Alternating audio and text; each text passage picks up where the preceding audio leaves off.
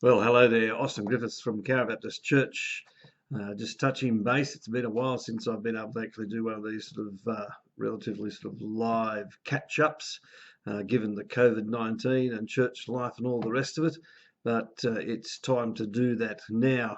Most of you will be aware that as from the 1st of June, there was some easing of restrictions regarding church gatherings, up to 50 people. In response to this, let me say that there's been also lots of Zoom meetings with Baptist Association leaders and pastors across the state, just discussing that, as well as our own local church leadership discussing the process of returning and relaunching church in post-COVID-19 conditions. Significantly, as things stand, if we were to go back, we'd need to abide by the restrictions that are set there by the government. And so church gatherings wouldn't still be typical or normal as we know it, in that there'd be no congregational singing, no shared hymn books or Bibles, lots of cleaning to do, no offering bags passed around, no morning teas, and the need to keep social distancing, and attendance records particularly need to be kept with names and contact details of each participant. And so it's not as simple as just, there you go, you can go back and get into it. Initially, myself and our church leaders thought about the possibility of actually doing two services under those conditions. And we thought and prayed about it quite a bit and discussed it and considered what other people were doing as well. Not that we want to actually be shaped by everything what everyone else does, but nonetheless, we thought very hard about it. However, upon reflection and after some discussion, we thought it best just to keep doing what we have been doing, at least until the end of June. Given that there is and there was still a real possibility that these restrictions would be further eased, perhaps beginning of July or something like that. And so to make those big change and implement those two services as an option, it seemed like a good idea, but it just seemed to be also, for how long for, and it's a lot of stress and work, and we just wondered whether or not it was really worth it. And so we thought, oh, well, is it worth doing that just for those sort of couple of weeks? And it's probably not. And so we thought it unwise with all that lots of work and uncertainty connected with it.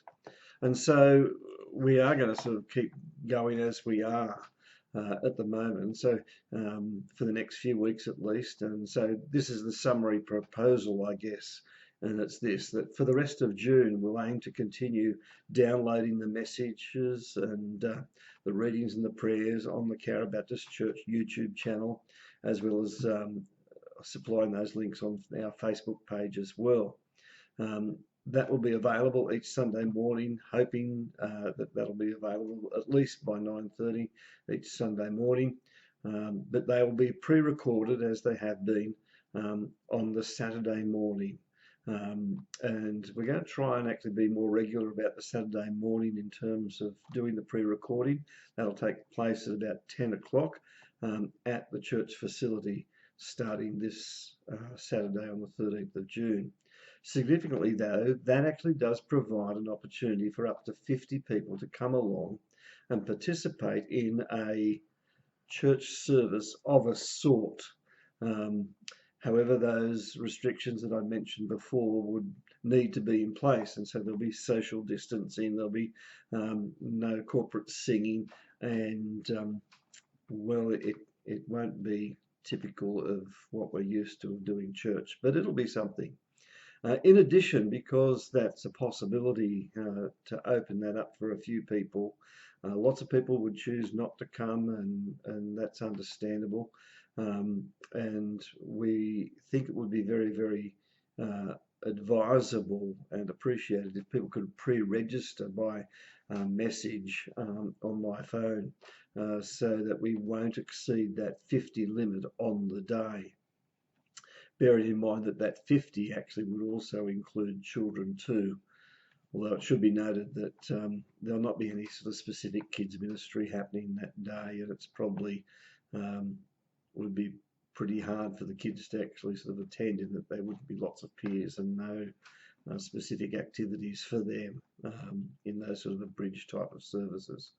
And so that's going to affect a lot of people. We know that. But if you were intending to come for that Saturday pre-recorded session, it would be important just to send me a message and say, yep, I'm going to come.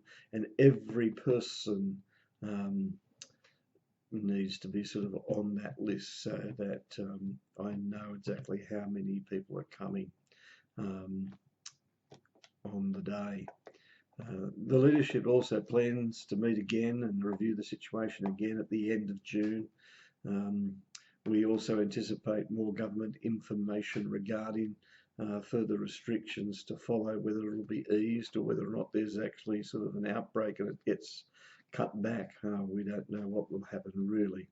So please keep us in our prayers and continue to be patient in all of that.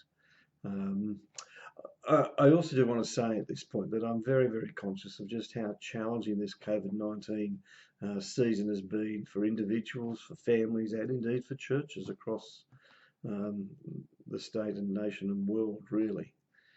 Furthermore, I also want to say a huge thank you to all those who've continued to be so supportive through prayer, through giving, through contact and through encouragement, and just hanging in there. It's hard.